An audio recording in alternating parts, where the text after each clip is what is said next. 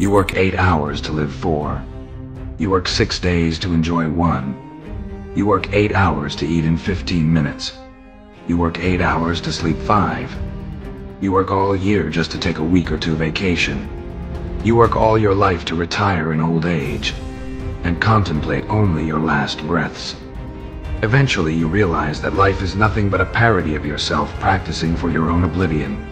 We have become so accustomed to material and social slavery that we no longer see the chains.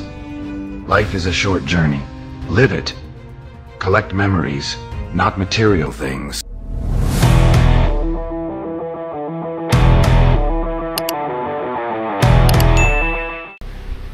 Oh. Hi guys. We are going to South. Huh? This time with Mehdi and my sister. Hello, Mehdi.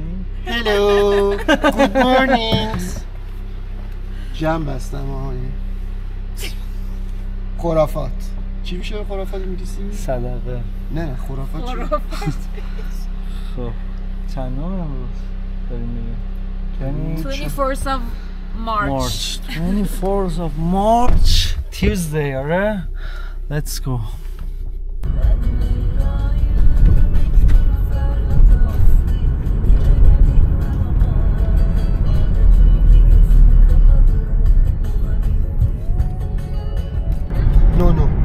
No comment. This journey, starting our journey with this guys, this comedian, Alireza Sadebi. Hey baba. Hey baba.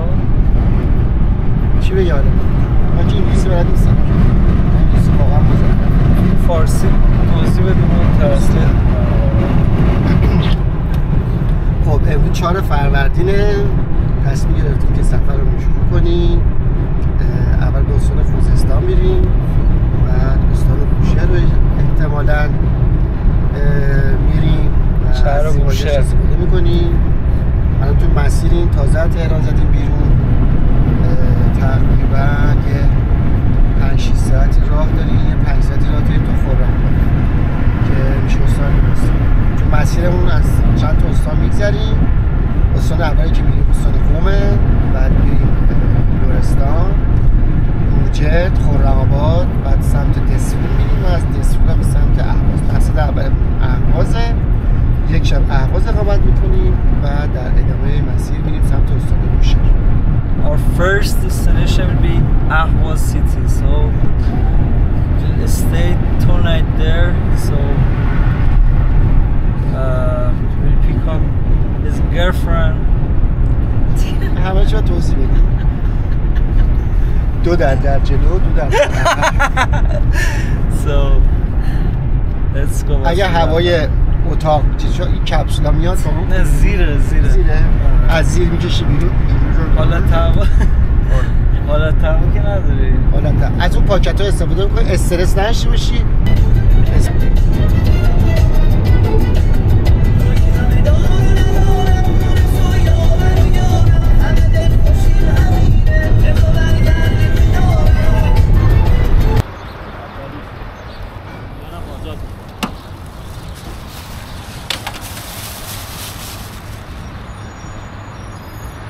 We arrived to Iraq, so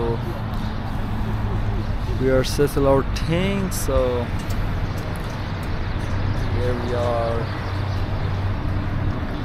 رسیدیم عراق. وسایل رو جمع جور کنیم و بریم سمت اهواز.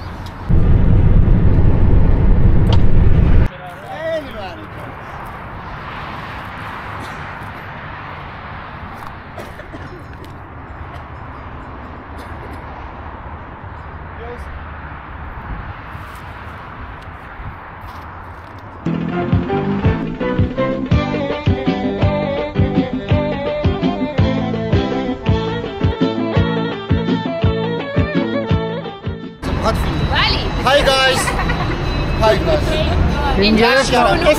لشکرآباد. آره جنوب شهر اهواز لشکرآباد. محله عرباس. ما خودمونم جرئت نمی‌کنیم در شهر عادی بیایم. لذیذترین غذای کثیف دنیا رو شما اینجا. آره روغناش برات ماشینه. واقعا ماشینه. ولی خدایی ولی خوشمزه است. حالا بریم ببین چه خبره. همه چی داره دیگه. دیدی باشو خودم خواهی باشوه خودش